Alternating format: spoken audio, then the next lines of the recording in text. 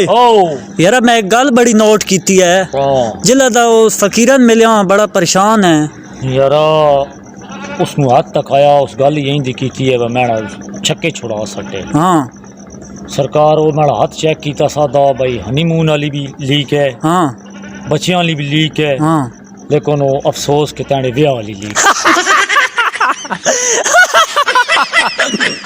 जी ये अगो ओनियां पियन गर्मियां तो को मच्छरां दे बारे के गप है भैया। मच्छरां नाल बिल्कुल असा अपना पूरा सिस्टम करना है इस बारी। उन्होंने दसना बस लड़ो जरूर, बेशक दब कर लड़ो, पर एक बेगैरती नहीं करनी। वो कन्न नाल भी भू भू वाला नहीं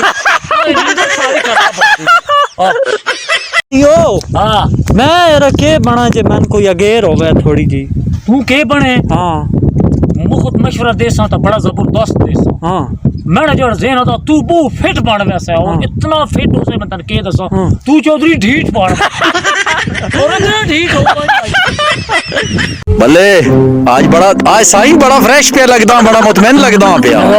आज सखी महीने बाद नहाता ना। हां भाई रंग ही बदल गया। हेलो हां मैं नहीं हां सावड़ा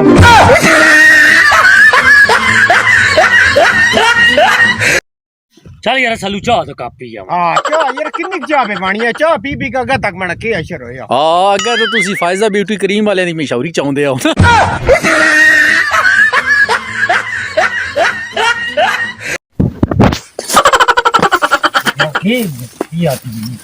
मेरी बात तो सुनो ना।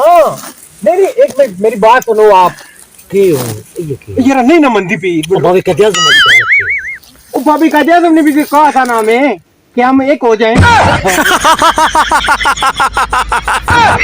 साईं जी ए कुड़ियां दे बारे के तहकीक साबित कीती ने? लड़कियां दे बारे हां इतनियां प्यारियां होनियां ना। हां बैनान तक तवे ते रोटी जल वेंदी। अच्छा सड़ वेंदी है। हां तकना वाले के सुन तक कोई रोटी साड़ सटी है। अच्छा और रोटी उस नहीं साड़ी होंदी, रोटी कुड़ियां तक सड़ वेंदी है।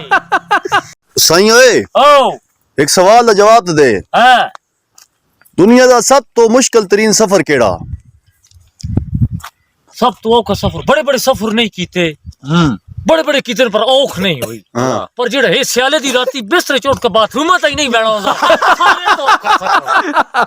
साईं जी मैं सुनया बच्चे नहीं बड़ियां दुआई कबूल होनियां। यार तुसा ठीक सुनया उसी, लेकिन नहीं मैं एक गल सोची है। अगर बच्चों दी दुआई कबूल होनियां उस्ताद जी अद्धे उस्ताद लंगड़े हो वेंदे, अद्धे लूले हो वेंदे।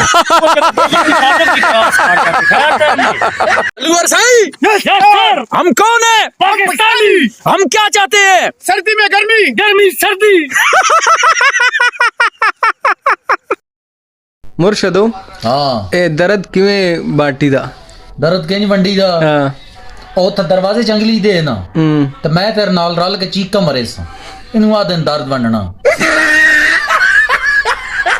बाबा हाँ ए हरकत विच बड़ी बरकत होंदी है सुनया। तू ठीक सुनया, हरकत विच वाकई बरकत होंदी है बशर्ते के वो हरकत गलत ना होवे। साईं जी कदी उस्तादन भी हसाया ने? उस्तादन एक बारी ना बैठे हुए क्लास है तो उस्ताद और के मैं ना दिन भाई सवाल का जवाब दे आए बक जी सर भाई सच ते वहम केल। मैं कि सच ही है तुस सन पे पढ़ांदे हो ते वहम तुहाडा ये है असी पे पढ़दे। साईं जी आज गरीब ता अमीर दी शादी ता तहकीक साबित करो।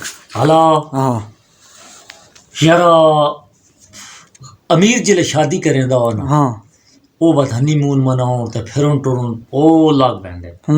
ते जिले गरीब शादी करे दा ना हाँ 5 महीने तो टेंट सर्विस नहीं छोड़ते। और के हनीमून मनाओ ना